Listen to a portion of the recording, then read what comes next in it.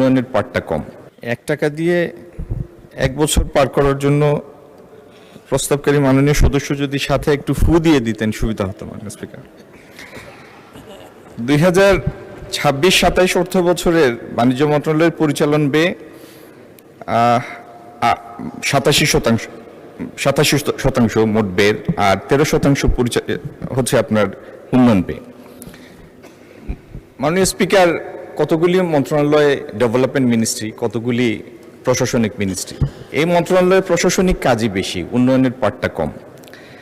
আর প্রস্তাবিত মঞ্জুরি দেশের বাণিজ্য সম্প্রসারণ, রপ্তানি বহুমুখীকরণ, বাণিজ্য সহযোগীকরণ সরকারের এইসব নীতির সাথে সঙ্গতিপূর্ণ। এই অর্থ দেশের বাণিজ্য খাতের উন্নয়ন, ব্যবসায়িকদের স্বার্থ সংরক্ষণ, মসৃণ এলডিসি গ্র্যাজুয়েশন ও স্থিতিশীল অর্থনৈতিক প্রবৃদ্ধি অর্জনের লক্ষ্যে ব্যয় করা হবে। এখানে অর্থ ব্যয়ের ক্ষেত্রে স্বচ্ছতা, জবাবদিহিতা এবং নিরীক্ষার ব্যবস্থা রয়েছে। সর্বোপরি এই মঞ্জুরি অর্থ দেশের বাণিজ্য খাতের উন্নয়ন, সম্প্রসারণ, রপ্তানি সংরক্ষণ, বহুমুখীকরণ, কর্মসংস্থান সৃষ্টি ও জনস্বার্থে অপরিহার্য।